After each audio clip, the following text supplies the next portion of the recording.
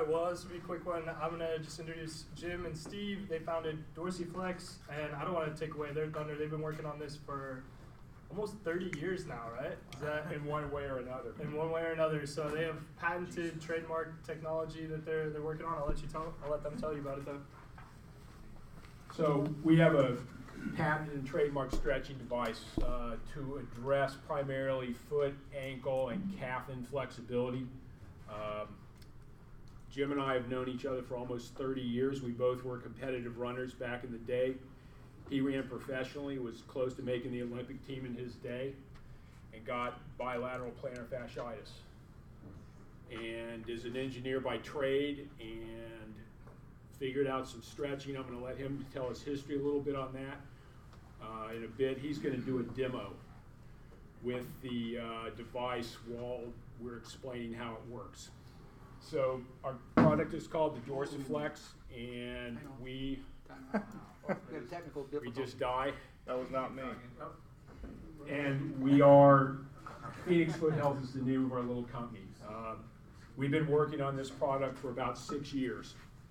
And we have gone from plastic to aluminum, starting with wood with the Foot Flex back in 1990. Jim invented that.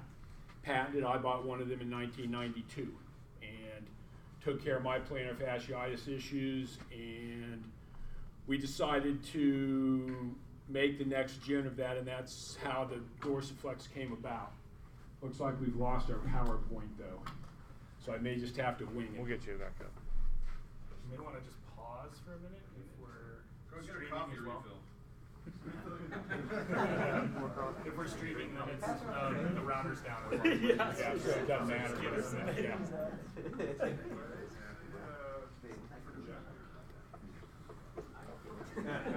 Tall people, and you push the projector button there? I think someone did.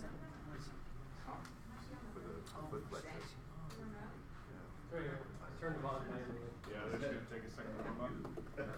Thank you.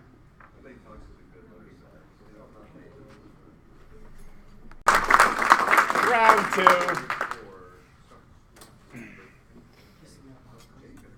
Oh.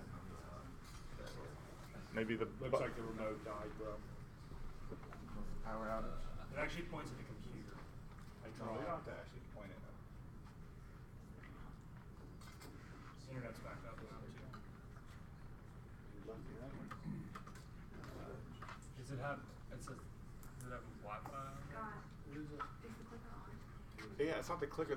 The slide's frozen actually. Gives you a lot of confidence. Yours is analog, it'll work. Here we go. Young people. All right, looks like we're back up. So what we're trying to address and treating with this stretching device is the 2 million plus cases of plantar fasciitis that lead to medical visits, be it a orthopedist, a chiropractor, a physical therapist, a podiatrist. There's no standard treatment protocol for either plantar fasciitis or the 250,000 Achilles ruptures. Both injuries are a result of lack of flexibility in the calf muscles primarily that lead to either Achilles tightness and a rupture in the worst case scenario, or plantar fasciitis. Probably some people in here have had it. If you've had it, you know it. It shuts you down. It hurts to get up and walk on it, particularly after you've been sitting or in bed. And there's also no treatment protocol that's a standard of the industry, no matter who you go see or how you try to address it. We think we have a device that provides an indexed and repeatable stretching program for people that will work and get you back healthy in a pretty short period of time. So our competition is the slant boards. Probably everybody's seen these things out there. You can get them from $50 to $150. By doing them in shoes, which is how they recommend doing it, you are giving up an inch of heel lift, which reduces the stretch, and you're only stretching one plane, you're only addressing the ankle. We have a device that addresses both the toes and the ankles at the same time under full body weight. I'm going to let Jim take over now and explain our history and how we got to where we are, and shortly after that, Eric is going to take his shoe off and come up here and get on one of the stretching devices so that you guys can see how it works and what it does. Yeah, hi. So I'm Jim Cooper. And 30 years ago, if this is still working, but 30 years ago, I was one of the top runners in the country. And in 1986, I had the 20th fastest time in the world in steeplechase. In 86, I had the 20th fastest time in the steeplechase in the world. Is that right? Yeah, I ran 8:19.88. I was the 6th American ever to break 8 minutes and 20 seconds. Finished second at the Nationals behind Henry Marsh. You may have heard of him. And tried out for 3 Olympic teams. I was top 10 road running in America a number of years in the mid-'80s. But in 87, it was October of 87, my feet started hurting in both heels simultaneously, which is called bilateral plantar fasciitis was developing. Carried it all through 1988, the Olympic year in which I finished 5th. They take 3. I missed making the team by 1.68 seconds and missed winning the race by 2.25 seconds. And I tell people, you can spit 1.68 seconds. So, but I got to fill out the paperwork, got to pee in the jar. I didn't get to go. But in May of '89, really angry. I was ranked top 10 in the world on the roads that year by not making the team. I was really running great, but my feet were getting progressively bad. And I finished a race in May of that year in Tupelo, Mississippi, and I couldn't walk. Couldn't warm down afterwards. The next day I couldn't run. I went to the doctor. He diagnosed it as plantar fasciitis. You know, he gave me the orthotics, he gave me the shots, and told me to stretch, which are the 3 basic tenements of treating plantar fasciitis. So I started doing it religiously because I was making money running. I still had dreams and desires to do it, and so I was still working. But the big moment was in August. I was visiting my parents, and my niece gave me a jump rope and said, "Hey, can you jump rope?" And I, sure, being a good uncle, sure. And I remember I could do 3. And the pain in my heel was so severe, and I was like, I can't do any more. And my career's over. But I started looking at the position my foot was in when it hurt the worst, and noticed that my toes were on a different plane as my arch, when you're doing this, and the angle between the top of my foot and the front of my shin was minimized. Not knowing foot biomechanics. That's called dorsiflexion.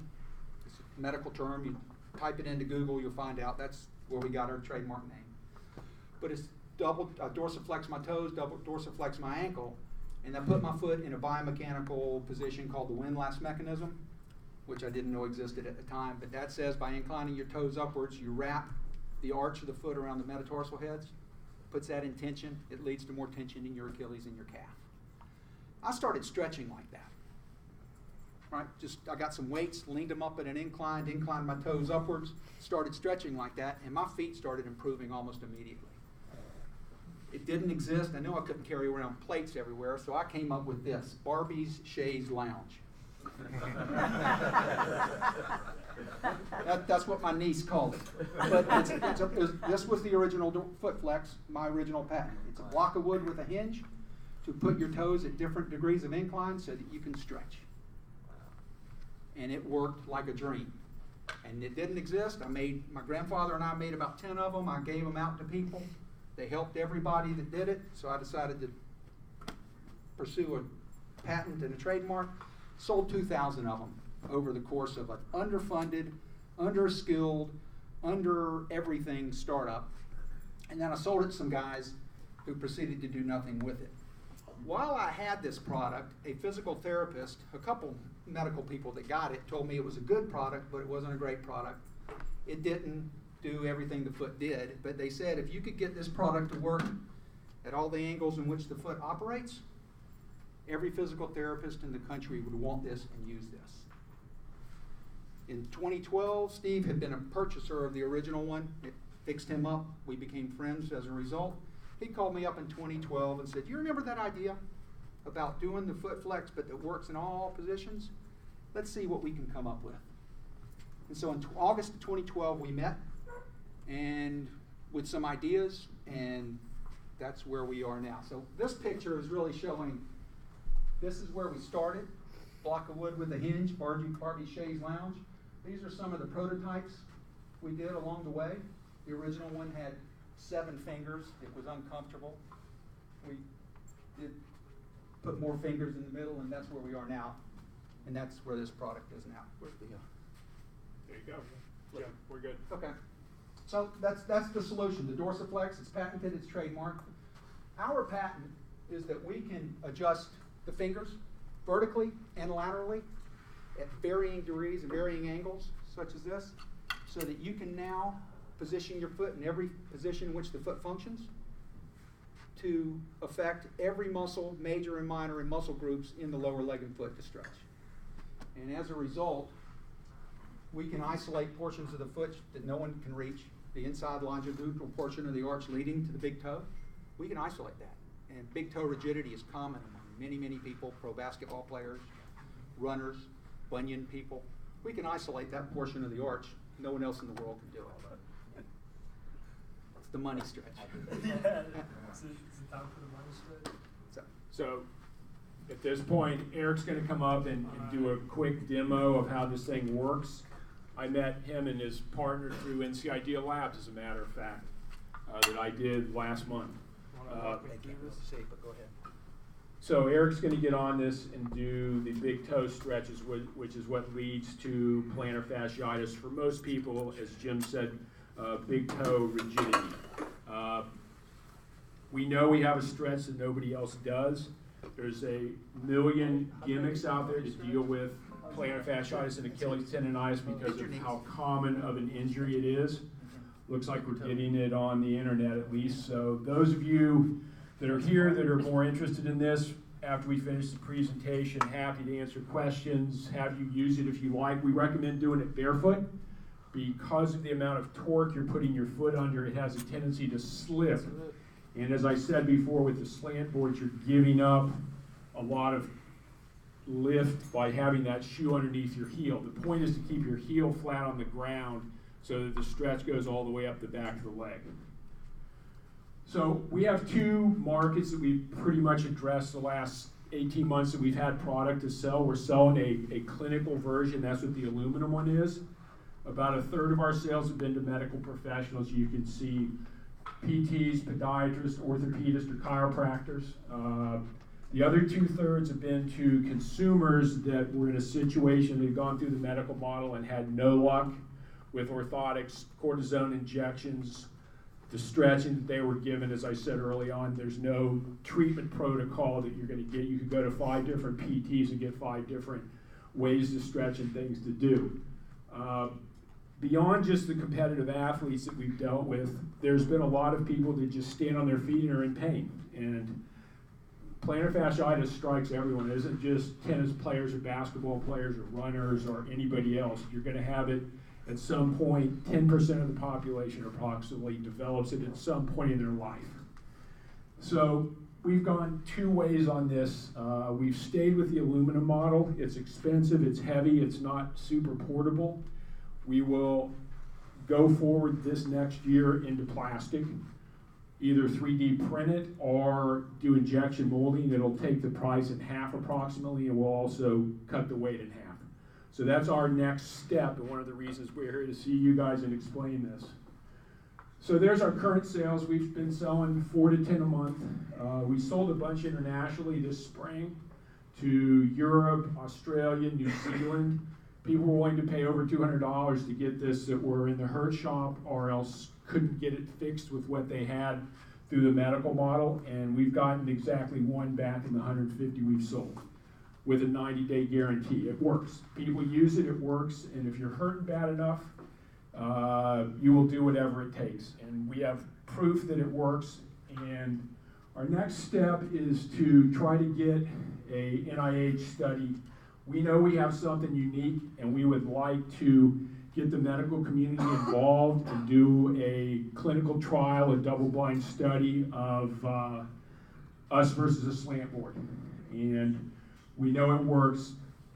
Eric chose to put some profanity in there at the bottom. I'm not going to say it. You guys can see it on the screen. But that is true. Everybody knows what a slant board is, how it works. and you're just stretching the ankle. You're not getting the toes involved, so you're losing half the efficiency of the stretch using a slam board, and even more than that if you're wearing shoes doing it. So we're here today to explain what we have and to go forward with exposure and sales and to get to the plastic model. And believe it or not, we're not necessarily in this for money. Both of us have had this. It shut down our running careers. We still address this to this day. We're now joggers. Jim's doing CrossFit, I'm jogging. So we are working some with social media. We got some guys in Charlotte that have helped us. I think Eric and Scott are interested enough to help us as well with social media stuff. We're old men, we don't have a clue. We've been leading the blind through the dark cave on this. And we would look at doing some crowdfunding potentially, or an investment to get to the plastic. And I think that's about it this morning, guys. Do you have anything else to say, Jim? Open to questions. We're open to questions now.